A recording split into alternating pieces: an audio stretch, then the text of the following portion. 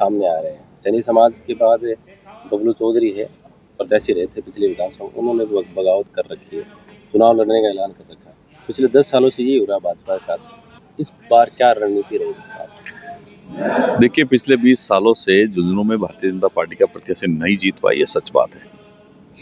ये 2024 है, राजस्थान की 7 विधानसभा के उपचुनाव हैं, जिसमें झुंझुनू भी है।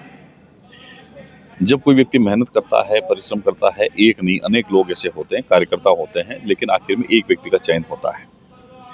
जिस व्यक्ति का चयन नहीं होता उसके मन में आक्रोश रहता है, स्वाभाविक है, मानवीय स्वभाव भी है। लेकिन फिर भी मैं आपको आश्वस्त करता हूँ, ये बगावत नहीं है।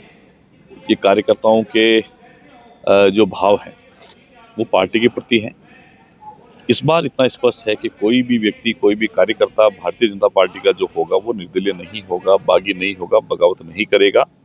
पार्टी के साथ मिलकर चुनाव लड़ेगा, पार्टी के साथ मिलकर काम करेगा, और सब लोग मिलकर जब एक सामूहिक ताकत के आधार पर चुनाव लड़ेंगे तो 20 सालों के बाद में बड़े मार्जिन के साथ में झुंझुनू की जो सीट है वो भारतीय जनता पार्टी की जीत होगी।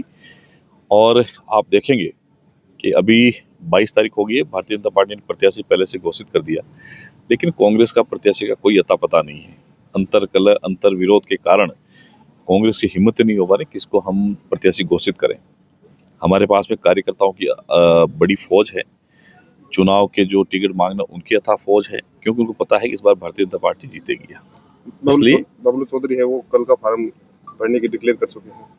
देखिए, मैंने पहले भी कहा है कि कार्यकर्ताओं के मन में आक्रोश रहता है जब टिकट मांगते हैं, नहीं मिलता है। लोकतंत्र में टिकट मांगने की सबको आज़ादी है, स्वतंत्रता भी है और होना भी चाहिए। लेकिन आखिर में जब एक का चयन होता है, जिसको नहीं मिलता, उसके मन में ऐसी बात रहती है। लेकिन फिर भी उनसे लगातार बातचीत जारी है। हमारा प्रयास है कि वो हमारे साथ बैठे और हमारे साथ काम करें। पार्टी का निश्चित ही युवाओं का भविष्य है आने वाले समय में, और मुझे पूरा विश्वास है, पार्टी को पूरा विश्वास है कि बबलू चौधरी जी हमारे पार्टी के कार्यकर्ता हैं। उन्होंने मेहनत भी की, इसमें भी कोई दो राय नहीं है। और इस बार जब भारतीय जनता पार्टी की जीत होगी तो उसमें भी भाई बबलू चौधरी जी का बड़ा योगदान रहेगा। वो चुनाव नहीं लड़ेंगे और हमारे साथ मिलकर काम करेंगे। 24 तारीख को मुख्यमंत्री आने की संभावना है, क्या ये बीजेपी उनके सामने एकजुट होगी, जो सलम्बोर का उदाहरण है रात को पेश? आप देखेंगे, झुंझुनू की पूरी भारतीय जनता पार्टी की टीम एक ताकत के रूप में काम करेगी। कोई व्यक्ति पार्टी से खिलाफ नहीं जाएगा। ये सही है कि 24 तारीख को हम एक बड़ी विशाल ऐतिहासिक सभा कर रहे हैं, जिसमें माननीय मुख्यमंत्री जी पधार रहे हैं। राजेंद्र बाबू जी जो हमारे प्रत्याशी है, उनकी जनसभा है, नामांकन रैली है, उसमें मुख्यमंत्री भी आएंगे। तमाम कार्यकर्ता, जिला संगठन के पदाधिकारी, मंडल के सब लोग आ रहे हैं और एक ऐतिहासिक सभा होगी। पूरा बीजेपी का जो संगठन है एकजुट है, और इसका नज़ारा जो है आपको 24 तारीख को नामांकन सभा में देखने को मिलेगा। तो आपका दावा है कि 20 साल का सूखा बीजेपी तोड़ पाएगी? निश्चित तौर पर, और मैं आपको कह रहा हूँ हजारों वोटों से ऐतिहासिक जीत भी होगी।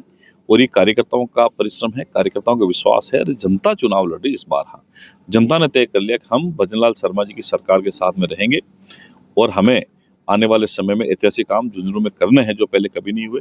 मुख्यमंत्री जी के पिछले 10 महीने के कार्यकाल, पिछले 10-11 सालों का नरेंद्र मोदी जी का नेतृत्व निश्चित ही झुंझुनू के विकास में बहुत ऐतिहासिक काम करेगा। इसलिए जनता, चाहे कोई भी वर्ग हो, सब ने तय किया कि हम इस बार बीजेपी के साथ में रहेंगे, उसको चुनाव जिताएंगे।